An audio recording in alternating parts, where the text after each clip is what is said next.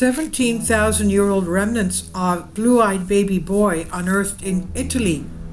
The well-preserved remains of a baby boy who died 17,000 years ago in what is now Italy revealed that he had blue eyes, dark skin, and curly hair.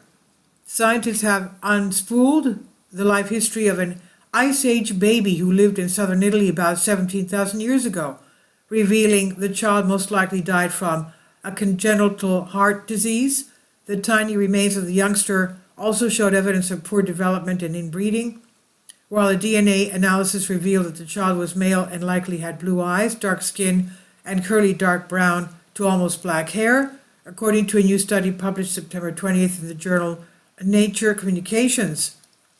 Mauro Calattini, archaeologist at University of Siena in Italy, one of the study authors, found the child's grave in 1998 while excavating the Grotta della Mura cave in Monopoli, a town in the southeastern Puglia region, or the heel of Italy's boot. The burial was covered by 2 rock slabs and held previously an intact skeleton remains of the baby. There were no grave goods, and it was the only burial found in the cave. It's a rare find. The well-preserved remains of the baby who lived shortly after the last glacial maximum, 20,000 years ago, when ice sheets were at their greatest extent. Places like southern Italy were slightly warmer than other parts of continental Europe at the time, and likely provided a refuge for the people who buried the baby boy. The skeletal analysis revealed that the child died when he was about a year old and 4 months, and the child's teeth showed as many as 9 accentuated lines or markers of physiological hardship, indicating that he experienced a difficult life even while growing in the womb. The detailed analysis of the infant's teeth allowed us to infer the health and stress experienced by the child during infancy or his mother during pregnancy, something we rarely have the opportunity to explore with such precision. Study co-author Owen Alexander Higgins, archaeologist at University of Bologna, and Alessandra Modi, an anthropologist at University of Florence, told Life Science in an email. Some of the hardships, especially the prenatal ones, may have stemmed from the child's mother. The team looked at the isotopes or variations of elements that with differing numbers of neutrons in the nuclei in the boy's tooth enamel, isotopes from drinking water and diet, and up in a growing person's teeth, which provides clue about where they lived.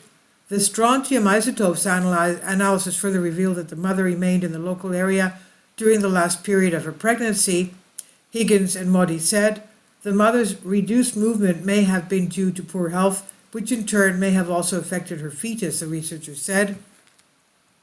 The DNA analysis also reveals that the babies harbored mutations in 2 genes, TNNT2 and MYBPC3, involved in the production of heart muscle proteins.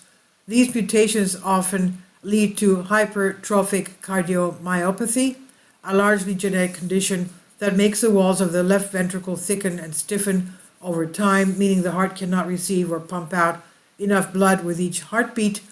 It may have contributed to early death of the boy, the researchers said. The boy was genetically related to a band of Ice Age hunter-gatherers that descended from an ancestral group called the Villabruna cluster, the DNA analysis showed.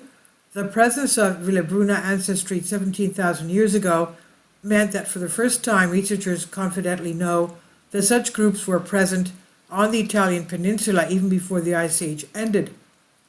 The boy most likely belonged to a small ancestral group that ultimately populated Sicily and southern Italy, the researchers said, and since the group was small, inbreeding was not uncommon, as evidenced by the boy's parents.